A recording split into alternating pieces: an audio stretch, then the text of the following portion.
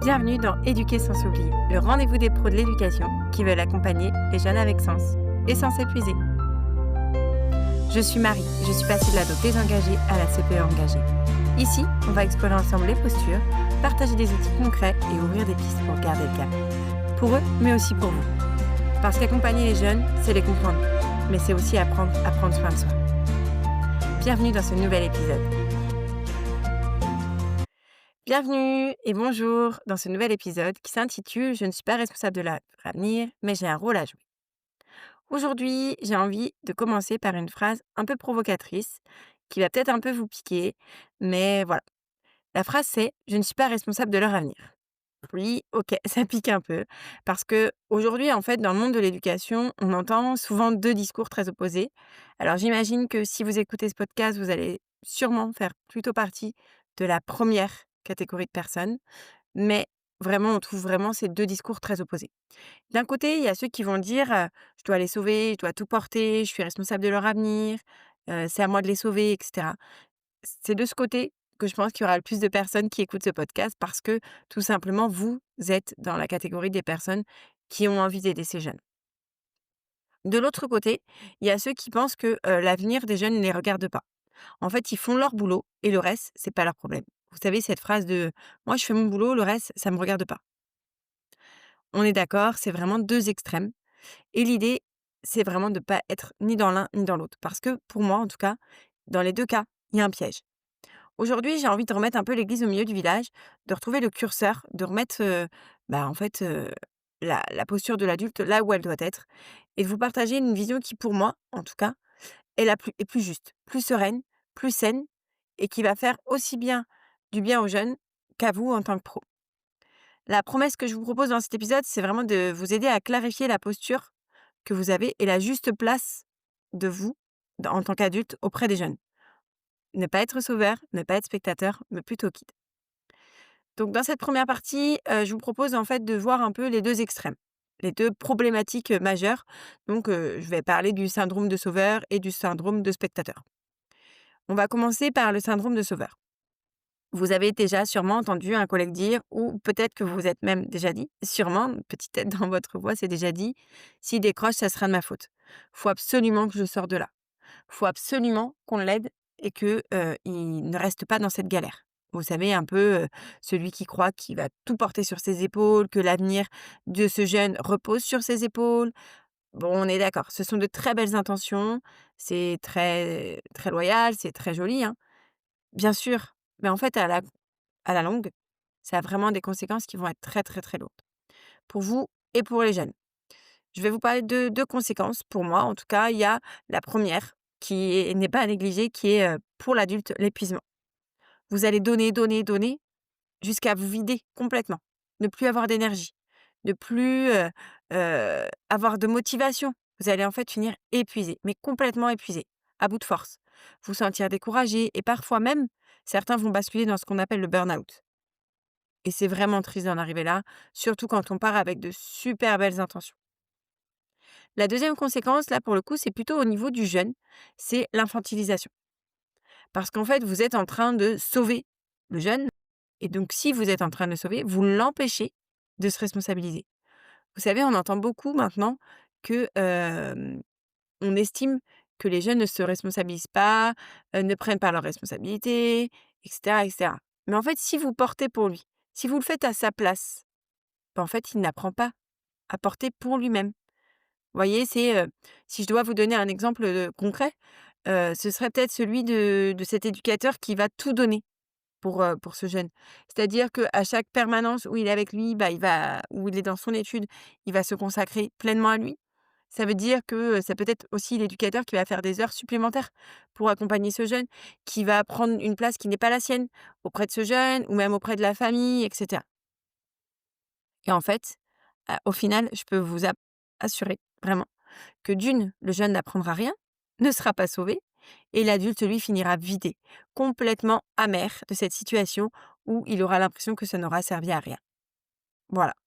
C'est un peu dur, je sais, parce que, à la base, on part vraiment avec de très bons sentiments. Mais pour autant, il faut vraiment faire attention. On n'est pas là pour les sauver, on n'est pas là pour, prendre la place des parents, on n'est pas là pour prendre la place d'un tuteur ou d'un éducateur. Si vous êtes à l'école, vous n'êtes pas un éducateur spécialisé. Si vous êtes un éducateur spécialisé, vous n'êtes pas ses parents. Enfin voilà, il y a vraiment des limites. Vous n'êtes pas psychologue, vous n'êtes pas, voilà. Restez à votre place, chacun son rôle, chacun ses attributions, en fait. Ensuite, on va avoir le syndrome du spectateur. On peut aussi l'appeler l'exécutant. Pourquoi? En fait, ce sont les adultes qui vont, dire, à l'inverse de ce qu'on a vu tout à l'heure: «Bah, moi, je suis là pour enseigner ma matière, point. Le reste, c'est vraiment pas mon affaire. C'est pas mon problème. Ça ne me regarde pas. Ils font ce qu'ils veulent. Moi, je fais mon taf et basta». Ça aussi, on peut l'entendre, hein. Et cette posture-là, elle est aussi inquiétante parce que c'est celle du spectateur et pour moi, elle a aussi des conséquences. La première que je vais développer ici, c'est le manque d'investissement relationnel. En fait, si vous investissez pas cette relation, cette confiance avec le jeune, bah, en fait, il va sentir qu'il y a personne derrière, qu'il est vraiment seul pour se projeter, seul pour avancer et cetera. Et c'est très difficile pour un jeune de ne pas se sentir en sécurité aussi parce que, il ne voit pas l'adulte sur lequel il peut s'appuyer en cas de grosses problématiques. La deuxième conséquence, c'est une perte de sens. Eh oui, parce que si, en fait, on pense que notre métier, se résume à faire un cours théorique, bah, ça devient compliqué. Parce qu'on va se contenter d'exécuter. On va passer à côté, de l'impact profond qu'on peut avoir, en fait, en tant que professeur, par exemple, ou en tant qu'éducateur. Et souvent, en fait, ce sont ces pros-là qui disent, ensuite: «Mon métier, en fait, il a pas de sens, il a plus de sens. C'est pas du tout ce pourquoi j'ai signé à la base». Un exemple concret, ce serait cet enseignant qui va donner son cours, qui va balancer sa théorie comme ça, mais qui va jamais s'intéresser à ce que les jeunes y vivent. En fait, il va pas non plus s'intéresser à comment ils se construisent et cetera. Si je dois vous donner un exemple, par exemple, les cours d'histoire, le prof va balancer sa théorie et cetera et en fait, il va pas voir que certains jeunes, vont être paniqués par ce qui s'est passé, vont avoir des inquiétudes, peuvent même aller jusqu'à de l'éco-anxiété. Enfin, vous voyez, il y a beaucoup de choses qui vont passer outre cette relation qu'il doit y avoir entre, bah, le professionnel et l'élève. Dans un résultat, on va avoir, le fait que, bah, du coup, les élèves, ils vont pas s'attacher, ils vont pas oser demander de l'aide et ils vont souvent se sentir très isolés. D'ailleurs, l'isolement, en fait, il peut être des 2 côtés.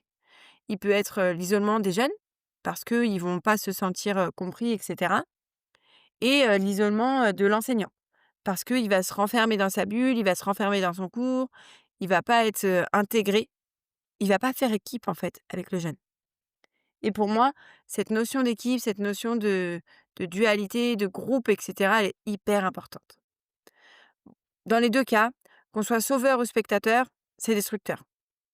C'est destructeur pour vous, en tant qu'adulte, mais c'est aussi destructeur pour le jeune et au long terme, je peux vous assurer que c'est vraiment pas la bonne place. Mais d'ailleurs, quelle est vraiment la bonne place? Donc on arrive sur ma deuxième partie où on va essayer de réfléchir ensemble à ce qu'est vraiment la bonne place, comment on peut faire pour, l'atteindre et cetera et cetera. Déjà, j'ai envie de vous faire un rappel.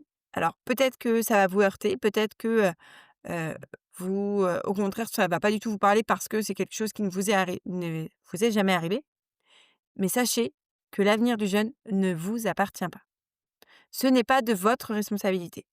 Chacun garde sa propre responsabilité. Si ce jeune loupe le bac, n'est pas de votre responsabilité. Si le jeune ne se donne pas les moyens d'aller dans la filière, qu'il veut ou, ou d'autres choses, ce n'est pas de votre responsabilité. Je sais que c'est difficile. Je sais que, parfois c'est même, très frustrant. Mais en fait, ça ne veut pas dire qu'on n'a pas de rôle ou qu'on n'a aucun rôle. Au contraire, sachez que vous, en tant que professionnel de l'éducation, au contact des jeunes tous les jours, votre rôle, il est essentiel. Mais pour moi, il ne passe pas par faire à la place de. Vous pouvez être guide, par exemple, c'est-à-dire vous allez montrer des chemins, vous allez ouvrir des perspectives, vous allez, proposer en fait plusieurs orientations et cetera. Vous allez aussi être passeur, parce que vous allez être dans cette transmission de ressources, ce partage d'expériences, ce don aussi d'outils que vous allez leur donner, des outils, pour apprendre, pour travailler et cetera, mais aussi des outils pour la vie. Vous savez, ce savoir-être, ce savoir-faire, ce savoir tout court, en fait, académique. Vous allez beaucoup leur transmettre. Donc vous pouvez être le passeur, le transmetteur, un peu comme vous voulez. Et puis il y a ce rôle aussi de miroir, ce rôle d'exemple. Parce que vous allez refléter des forces et des talents que le jeune, en fait, il va pas encore voir en lui. Par exemple, si vous montrez à vos étudiants, à vos apprenants que, vous reconnaissez vos faiblesses, que vous reconnaissez vos erreurs, et ben le jeune, lui, il va s'autoriser plus tard à, à s'être trompé, à se relever, vous voyez? Si vous montrez, une force d'envie d'apprendre ou même, vous savez, ce goût à l'effort qui est hyper important, et ben c'est quelque chose que vous allez leur transmettre en étant le miroir, en étant l'exemple. Je reviens beaucoup là-dessus, mais n'oubliez jamais ça, que vous êtes les exemples. Concrètement, qu'est-ce que ça veut dire? Qu'est-ce qu'on fait? Et bien, la première chose, je dirais que c'est de poser un cadre clair. Vous voyez ce carré, en fait, pour moi, voilà, le cadre, il représente, on va dire, un carré, un rectangle, enfin n'importe un rond, la forme que vous voulez. Mais vous voyez, elle est fermée parce que vous savez vos propres limites, vous savez les limites, qui ne doivent pas être franchies et cetera. Mais en laissant le jeune s'approprier sa place dans ce cadre, donc c'est-à-dire dans ce rond, en fait, il va naviguer un peu partout si vous voulez. Et là, il va pouvoir lui-même faire son chemin, vous voyez? Ensuite, vous allez aussi pouvoir encourager, donner confiance, valoriser. Ce sont des mots hyper importants pour les jeunes. Vous allez être l'exemple donc, forcément, il va se sentir valorisé quand il va faire la même chose. N'oubliez pas des petits mots clés, la bienveillance, tout ça. Alors la bienveillance, on en reparlera dans un podcast parce que, je pense que c'est un sujet à part entière aussi, mais en tout cas valoriser, encourager, ce sont vraiment des choses qui sont pour moi essentielles. Vous voyez, là, j'ai fait récemment une formation sur la discipline positive. D'ailleurs, je serais ravie d'échanger avec ceux qui ont envie d'en savoir plus, avec plein d'outils pour, pour en fait accompagner ces jeunes dans, faire tout seul en fait, apprendre tout seul et mais en même temps en étant là, en étant présent. Voilà. Donc voilà, donc je vous ai dit encourager, donner confiance, valoriser, tout ça c'est important et puis pour moi, il y a aussi y avoir cette notion de marcher à côté et pas à la place d'eux. Imaginez, vous marchez devant la personne, déjà vous la cachez la lumière. Donc ça veut dire que lui, il prend pas la lumière, il peut pas grandir. Voilà, c'est très imagé, mais en tout cas, personnellement, ça me parle beaucoup. Et puis, il y a aussi cette histoire de d'ombre. Si vous marchez sur son ombre, bah, en fait, il est même plus présent. Déjà que s'il n'est qu'une ombre, c'est difficile, mais en plus, si vous marchez sur l'ombre, il est transparent, enfin, c'est compliqué. Laissez-le faire ses propres expériences, même si c'est pas toujours facile. Et j'espère qu'on pourra aussi, avec un autre professionnel, parler de tout ça. Si ça vous intéresse d'ailleurs, dites-le moi. Donc je reviens à ce que je disais. En fait, vous voyez, c'est comme si vous étiez, dans le noir, dans un chemin, dans une forêt et que vous teniez la lampe torche dans la nuit, que vous éclairiez le passage, mais que vous marchiez pas à la place du jeune. Le chemin, c'est lui qui le fait, qui choisit, s'il va aller, à droite, à gauche et cetera. Mais vous éclairez le chemin. Voilà. J'espère que c'était plutôt clair. On va essayer de conclure tout ça et d'abord, avant tout ça, j'ai envie de vous proposer les conséquences que peut avoir en fait cette posture qui va être ajustée, qui va ni être sauveur, ni être, sauveur, ni être je sais plus ce que je disais, ni être spectateur, pardon. Donc pour le jeune, il va y avoir plusieurs conséquences. Déjà, il va comprendre que c'est à lui de faire son propre chemin. Donc il va se responsabiliser et cetera. Il va gagner en autonomie. On demande aux jeunes de se responsabiliser, mais on leur laisse pas la chance de faire les choses par eux-mêmes. Donc s'il gagne en autonomie, il va comprendre que c'est à lui de faire ses propres choix, de, prendre sa place et cetera. Il va faire son propre chemin. Ensuite, il va se sentir soutenu, mais pas étouffé, attention. S'il se sent soutenu et ben, en fait, il va avoir un équilibre. Vous savez, c'est comme ce jeune que vous tenez avec une corde. Lui, il fait son truc, mais si jamais il sent que ça lâche, vous êtes là pour le soutenir avec la corde. Un peu comme un rappel. Je sais pas si vous en avez déjà fait, mais voilà. Enfin, le 3e avantage que je vois aussi, c'est que le jeune, il va oser davantage.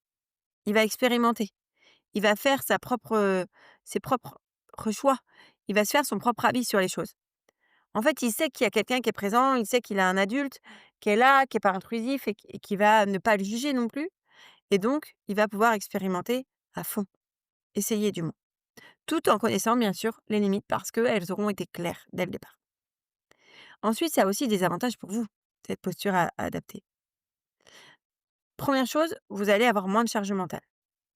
Ben oui, parce que si vous arrêtez de tout porter sur vos épaules, forcément, vous allez arrêter de penser, le soir en vous couchant, par exemple: «Qu'est-ce que je peux faire pour X pour qu'il puisse, réussir? Mince, le cas de T là, il est compliqué, qu'est-ce que je pourrais faire?» Enfin voilà, on a déjà assez de notre propre charge mentale. Je pense que, il faut aussi penser à soi et déléguer, en fait. Parce que ça, comme je vous l'ai dit, ce n'est pas de votre responsabilité. Enfin, pour vous, ça va vous permettre aussi de mettre plus de sens. En fait, vous allez vous rendre compte que votre rôle, il est précieux. Alors, parfois, il est limité.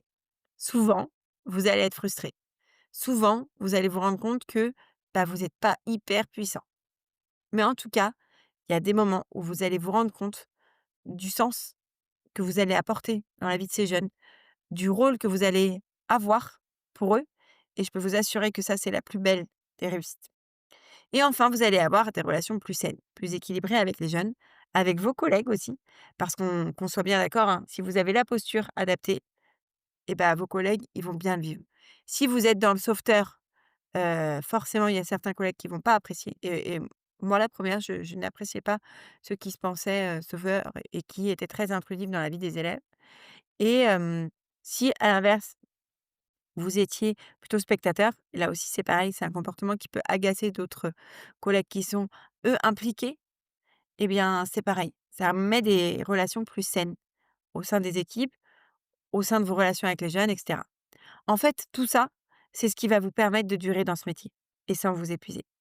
C'est ce qui va vous permettre de vous épanouir correctement.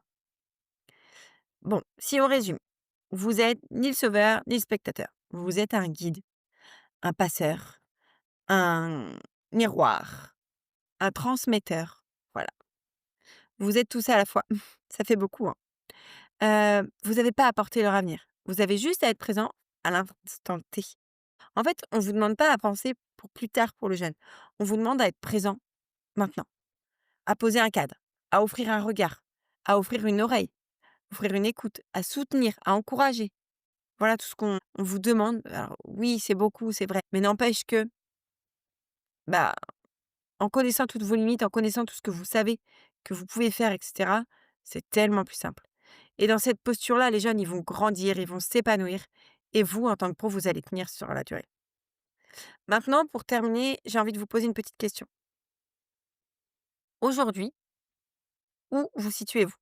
Vous imaginez en fait un fil, d'un côté le sauveteur, d'un côté le spectateur.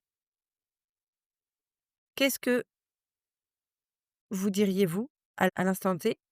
Où vous trouvez-vous sur ce fil?